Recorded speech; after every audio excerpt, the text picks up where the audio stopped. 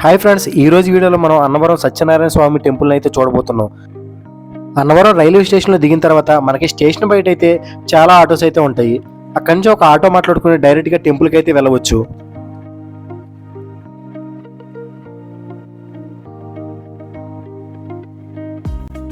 ఇప్పుడు మనం చూసేదంతా అన్నవరం టెంపుల్కి వెళ్ళే దారి. ఈ స్థల పురాణం ప్రకారం పర్వత శ్రేష్ఠుల్లో ఒకరైన మేరు పర్వతం ఆయన భార్య మేనక శ్రీ మహావిష్ణువు గురించి తపం ఆచరించి విష్ణువు అనుగ్రహంతో ఇద్దరు కొడుకులు పర్వతాలుగా పొందుతారు. ఒకరేమో భద్రుడు, ఇంకొకడేమో రత్నకుడు. భద్రుడు విష్ణుమూర్తిని గురించి తపస్సు చేసి శ్రీరామచంద్రమూర్తికి నివాస స్థానమైన భద్రాచలంగా మారుతాడు. రత్నకుడు అనే ఇంకో కొడుకు విష్ణువు గురించి తపమాచరించి మెప్పించి శ్రీ మహావిష్ణువు శ్రీ వీర వెంకట సత్యనారాయణ స్వామిగా వెలిసే రత్నగిరి కొండ లేదా రత్నాచలం కొండగా మారుతాడు. ఇతిహాసాల ప్రకారం అడిగిన వరాలను తీర్చే దేవుడు కాబట్టి అనినా ప్లస్ వరం అన్నవరం దేవుడు అని అంటారు. సో మనం టెంపుల్కి దగ్గరగా అయితే వచ్చేసాము. ఆటో కూడా మనల్ని టెంపుల్ దగ్గర ఆపుతారు. దిగిన తర్వాత మన లగేజ్ ఎక్కడ పెట్టాలి, అలాగే మనం ఎక్కడ ఫ్రెష్ అప్ అవ్వాలి అనేది ఇప్పుడు మనం చూద్దాం.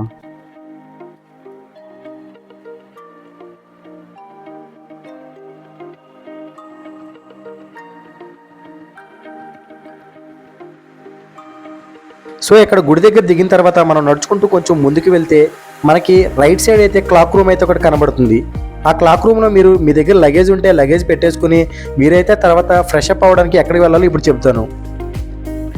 ఇదే ఆ క్లాక్ రూమ్ అండి. ఈ క్లాక్ రూమ్లో మనకు వచ్చేసి 20 రూపీస్ అయితే తీసుకుంటారు.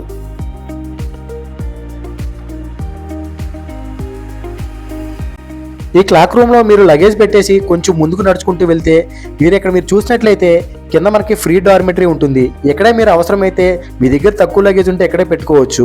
లేదు అనుకుంటే మీరు ముందు నేను చూపించిన క్లాక్ రూమ్లో పెట్టుకోవచ్చు.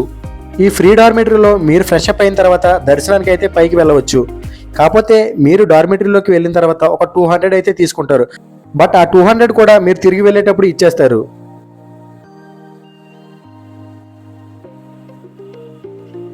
మీరు మెట్లు ఎక్కి కొంచెం ముందుకు వెళ్ళినట్టయితే మీకు వ్రతానికి కావాల్సిన టికెట్లు అయితే ఇక్కడ ఇస్తారు. మీకు వ్రతానికి వచ్చేసి 300 అయితే టికెట్ ఉంటుంది. ఇక్కడికి వచ్చిన వాళ్ళు చాలామంది కూడా సత్యనారాయణ స్వామి వ్రతం అయితే చేయించుకుంటారు. ఆ వ్రతం చేయించుకున్న టికెట్ మీదే మనకి దర్శనం కూడా అలౌ చేస్తారు. అలాగే ప్రసాదం కూడా ఇస్తారు. వ్రతం టైమింగ్ మినిమం అయితే 1.5 అవర్ అయితే ఉంటుంది.